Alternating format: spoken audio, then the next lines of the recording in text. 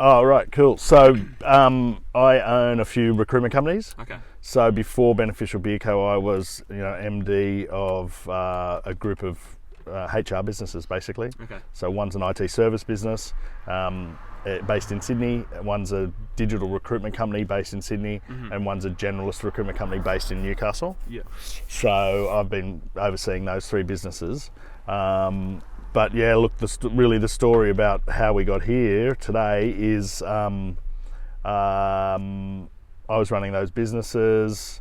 My dad passed away 2 weeks later. A great mate passed away. He had kidney cancer. We were going away for Kate's 40th for a couple of weeks to Thailand, and I was like, oh fuck, I've had this pain in the side of my back. And I'm like, and I'm like, I've been drinking too much alcohol. I've been battling the issues of alcohol for like 30 years, right? Ever since I was a kid, one's not enough. One's too much, and 20 beers is not enough, right? That's my problem. No on-off switch. Okay. Anyway, so I'm like, far out. Phil just passed away, kidney cancer. Oh, what's that mean? Oh, I'm gonna go get this pain in my side checked. Anyway, go in, see the GP. He goes, mate, you've probably got a swollen liver. You're drinking too much, slow down, go get a scan, come back. They go, yeah, you got a swollen liver. But the lady doing the liver scan's like, it doesn't look too bad. Like, she goes, 80% of Australians have it. They don't know they have it. They eat the wrong foods. They drink a bit of alcohol. They get a bit of fat on the liver. It's fatty liver, right? Anyway, so I'm like, great, I got to stop drinking. That was, 2018. So 2019, I tried to stop drinking. Yeah. All sorts of methods I try to use. I did quite well, slowed down, didn't really get to a stage where I had a week without alcohol though. But until October 19, and I had the whole month off, and it was the first time ever I had a month off. But then I went on the dad's camping trip, school dad's camping trip, dangerous. and that just opened up a whole new world of drinking again. Yeah. And I said to myself, I've got the Ashes this year at the stadium, and I've got another holiday and all this sort of stuff. always something. I was like, that's it. There's always something, right? So I was like, look, I'll just drink for the rest of November and December. I'll stop again next year, And so that December was, party central. And then the Ashes, I did 5 days at the Ashes. And basically I had different clients or mates come each day, and it was just, so that sent me into the world's worst hangover, and that's when I stopped drinking. So I had a beer, final beer at 10 o'clock at the final day of the Ashes, 10 p.m. And then that was 5th of December 2020, and something just happened. Well, what happened was I did the month off in Oktoberfest with Paulie. And then April kept saying, I'm going to stop, I'm going to do the 1 year no beer challenge next year. And I was like, yeah. Anyway, 5th of December flew off to, or 6th of January 2020, flew off for 2 weeks holiday, talking to April, and then I said, right, I'll do it as well. So I committed to doing a year of no alcohol. And it was quite easy. First 2 weeks I was in Japan, hungover still. just it was easy not to drink. Yeah, because you came back to Australia January and did another couple of weeks, and it was sort of easy. I was like, this is cool, talking to April every day, texting her. I started writing a chart of days that I was sober, started listening to podcasts.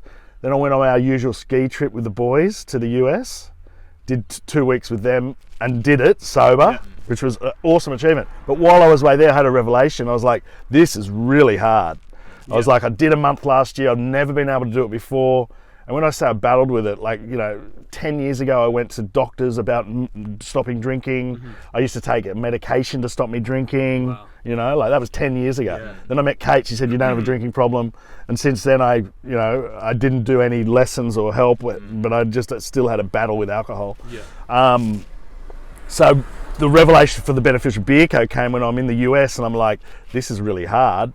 How am I going to do this? And I'm like, if I'm going to do this, this is like really work, right? Yeah. And this is going to be a passion.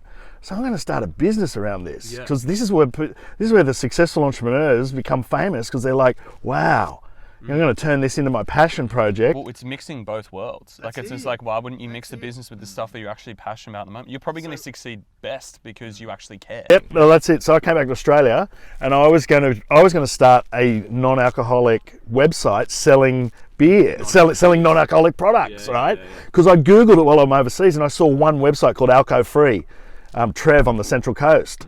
And so I saw his website, and I was like, that website, that does not look like modern day world. And my recruitment companies, we build website. Our clients are in the digital space, right? Yes. So we know a lot about web and UX and usability, and I know a lot about subscription-based models and all that sort of stuff. Yeah. So I was like, great. I started doing wireframes for this e-commerce play, and then Craft Zero launched and Sans Drinks launched, and they launched with really beautiful websites and all sorts of products and exclusive. Like, and I was like, I missed the boat on this one, right?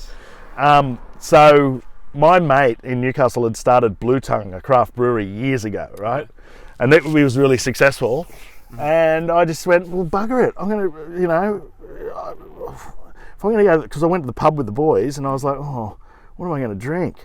Yeah. And it was like, oh, there's Coke, water. Yeah, and I don't want to be the bloke always drinking Coke and water on a Friday. Yeah. There was Heineken Zero was out, so it was like awesome. Yeah. But it wasn't on tap, right? Yeah. And I'm like, so I said to the boys, right, I'm going to start a brewery. I'm going to start the first non-alcoholic brewery, so I can have a beer on tap at your pub, Ty, on a Friday. Yeah. I said to Ty, thinking he might be in. You in? Yeah. Because he did a brewery. He said, no, I'm not going anywhere near a brewery. I said, oh, cool. Anyway, fast forward 2 years later, I know why he said no. We'll talk about that. Yeah. But so then I went, right, and I rang Matt Johnson, who was his creative director at Blue Tongue. I said, Matt, I'm doing this sober thing. And he's like, yeah, I need to do that too. Yeah. I'm not going to do it though, but good on you. Good and so him and I had this relationship online about being sober and not sober. And then I'm going into a beer brand, and I was like, I'm going to call it Tasty AF, Tasty Alcohol Free, or Tasty as Fuck, right? Yeah. So, and he's like, yeah, cool. So he did all this creative for me. Yeah. And then so we had this creative thing going, and I'm like, cool, we'll do this brewery. And I'm like, in my mind, I'm like, great, I've got me, the sales guy. I've got Matt, the creative guy. We've got the brand happening. I need the brewer. So COVID hit, and we're like, oh, fuck. Anyway, came out of COVID, April, ran around all the breweries in the inner west, going, well, yeah, I'm Dave Jackson. I'm an entrepreneur. I've got this brand. I'm going to build this brand, this business. I can raise money to do it, but I need you, the brewer, to help me brew. And they're all like, yeah, see ya, mate. We're so busy. Yeah, we're so busy. The COVID, they all had to can their own beer, and COVID just took off. Alcohol just boom. So there was no hope, and I'm like getting really disillusioned, going, well, fuck me. This is my sober thing. I'm still sober. I had a beer. I'm like, I want to create my own beer, and I'm like, it's got to be able to be done. And I'm talking to Mum, and I'm like, right, I'm just going to go and raise the money and put it out there. I'll do a deck. I've got the good branding. I'll put it out there. And she's like, do you know how to make beer? I'm like, no. She goes, well, you can't raise money from people without knowing how to make beer. So that was in the back of my head. And all of a sudden I'm Googling, I'm looking at non-alcoholic stuff or breweries and whatnot, and up pops Queensland TAFE. Come to Queensland TAFE, learn how to brew beer. Interesting. And it was like the only course where you actually work in the brewery. And I'm like, yeah, that's me. So I was like, Kate, hey, there's this course. I've probably got Buckley's chance of getting in. I'm a 48-year-old sober guy. And there's only 10 positions, and the first intake they had 80 people apply. I imagine there's going to be another 80 or 100 apply this time. Anyway, she goes, no, apply, that's awesome. It's good to educate yourself, even though you are old, And you got these recruitment companies that are successful and they're okay. You should really focus on those and not this non-alcoholic beer thing. Anyway, so I applied, and cut a long story short, at the same time, Kate had been stood down from Qantas. And at the same time, we were sort of disillusioned about buying a property in the eastern suburbs with the values that were there, and we sort of missed the boat 12 months before with the budget I had, and so it all collided. And then October, Kate goes, oh, I've seen this house in Brisbane. And I'm like, well, I'll probably get into this course. I might not get into this course, even if I don't. So we bought this house online, and then 3 weeks later, the TAFE rings up and says, you're in. And it was just like, yes, you beauty. So, and then the 1st of December, the borders open up so we could go and get William into a school up there. And then 20th of December, the border's shut. But anyway, we got across, right? So, I went to TAFE last year, did 6 months at Queensland TAFE, which was awesome. You know, I'm the only bloke there out of the. Oh, there's some girls, but I was the only student doing non-alc. Yeah. But we weren't brewing non-alc. Yeah. Yeah, that was the undoing of my sobriety. So I did the full year. I actually did 445 days till the guys are like, mate, you got to start tasting this beer you're making. Yeah. So from tasting beer, that just went right. Oh, fair enough. I'm back drinking. But yeah, that was the genesis of the Beneficial Beer Co.